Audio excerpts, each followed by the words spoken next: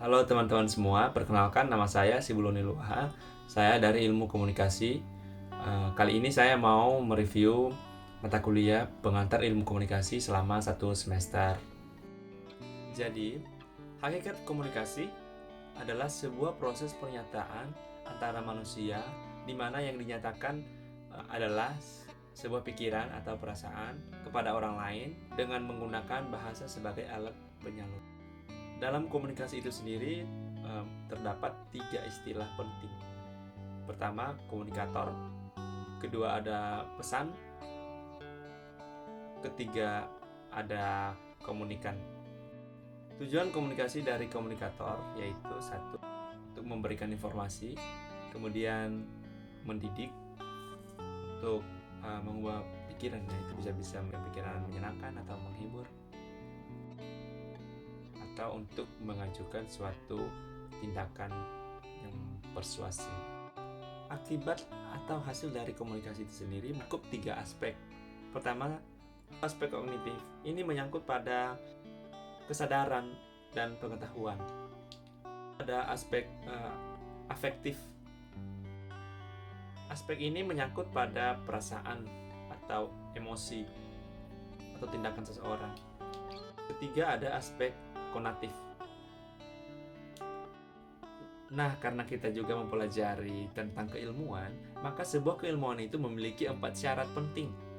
Yang pertama, itu harus bersifat objektif, ada objek yang dikaji.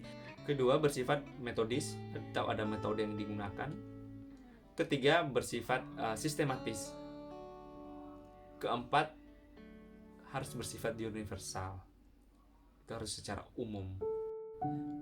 Para pakar komunikasi juga pernah berdebat komunikasi itu harus disengaja atau tidak. Namun mereka dengan sepakat untuk tidak sepakat. Ini ada yang sepakat, ada yang tidak sepakat juga. Tapi mereka menyimpulkan bahwa satu, komunikasi harus terbatas pada pesan yang disengaja dan diterima. Kedua, komunikasi harus mencakup semua perilaku yang bermakna bagi penerima, apakah itu disengaja atau tidak disengaja. Ketiga, komunikasi harus mencakup pesan yang dikirimkan secara sengaja, namun dengan kesengajaan itu sulit untuk ditentukan. Dalam komunikasi ada 2 jenis komunikasi. Yang pertama, ada komunikasi antar pribadi dan ada komunikasi intrapribadi. Komunikasi antar pribadi ini adalah komunikasi di mana mencakup 2 atau 3 orang atau lebih, dinamakan komunikasi antar pribadi. Sementara komunikasi intrapribadi itu adalah komunikasi dalam diri sendiri, di mana hanya mencakup 1 orang saja, di mana seseorang bisa berkomunikasi dalam hati atau berdoa, atau seseorang itu lagi menghayal. Itu namanya komunikasi intrapribadi. Kemudian kita di sini bahas tentang komunikasi antar pribadi. Komunikasi antar pribadi ini juga memiliki 2 jenis komunikasi juga, yaitu satu, ada yang bentuk komunikasi verbal dan ada bentuk komunikasi yang non-verbal. Dalam komunikasi verbal ini yaitu mencakup kata-kata dalam bentuk lisan atau tulisan. Sementara pada komunikasi nonverbal itu mencakup pada bahasa tubuh, kemudian ada tanda, berupa tanda atau berupa tindakan, atau juga berupa objek. Sekarang kita masuk pada komunikasi verbal.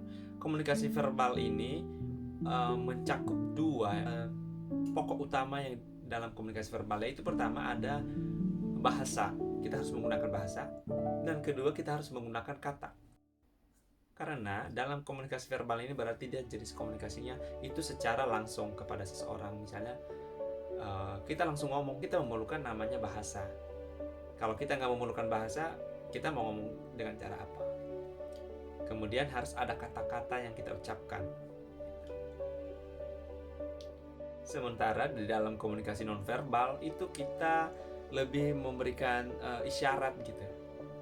Tangan isyarat, berupa ekspresi wajah, postur tubuh, dan cara berpakaian.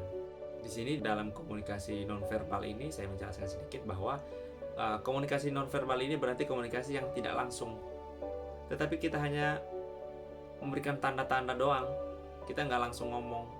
Sementara komunikasi verbal itu langsung, apa yang kita mau kita ucapkan langsung. Ada syarat dalam komunikasi nonverbal. Pertama, dia tidak bersifat universal tapi diikat oleh budaya. Kedua, secara spontan. Ketiga, itu ambigu. Keempat, berlangsung dengan cepat. Ada beberapa varian bahasa dalam komunikasi verbal. 1. Dialek. Kedua, aksen. Ketiga, jargon. Dan keempat, argot. Kemudian selain dari komunikasi antar pribadi dan intrapribadi, kita juga mempelajari komunikasi dalam organisasi. Dalam organisasi itu sendiri, komunikasi ini adalah sebagai nafas utama, karena komunikasi organisasi adalah proses menciptakan dan menukar pesan dalam satu hubungan yang saling bergantung satu sama lain untuk mengatasi lingkungan yang sering berubah-ubah. Jadi perlu di sini komunikasi dalam organisasi ya. Manfaat dari teori komunikasi organisasi ini sendiri, 1, paham dengan teori komunikasi, ya betul. Kedua, dapat memperkuat hubungan antara anggota organisasi dan pemimpin dari organisasi tersebut. Ketiga, mempermudah tercapainya organisasi.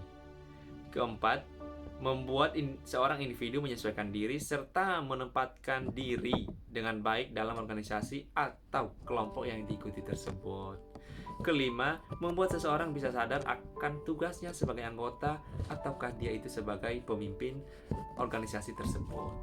Nah, dalam organisasi ini juga memiliki gaya dalam berkomunikasi. Pertama ada controlling style, yang dimana ini lebih bersifat mengendalikan. Kedua ada gaya structuring style, yang dimana ini jenis komunikasinya lebih terstruktur atau tertata. Ketiga ada dynamic style, ini biasanya lebih cenderung agresif dan berorientasi pada tindakan. Ketiga ada gaya relying-gazing style, yang dimana lebih cenderung memberikan kesediaan untuk menerima gagasan dari orang lain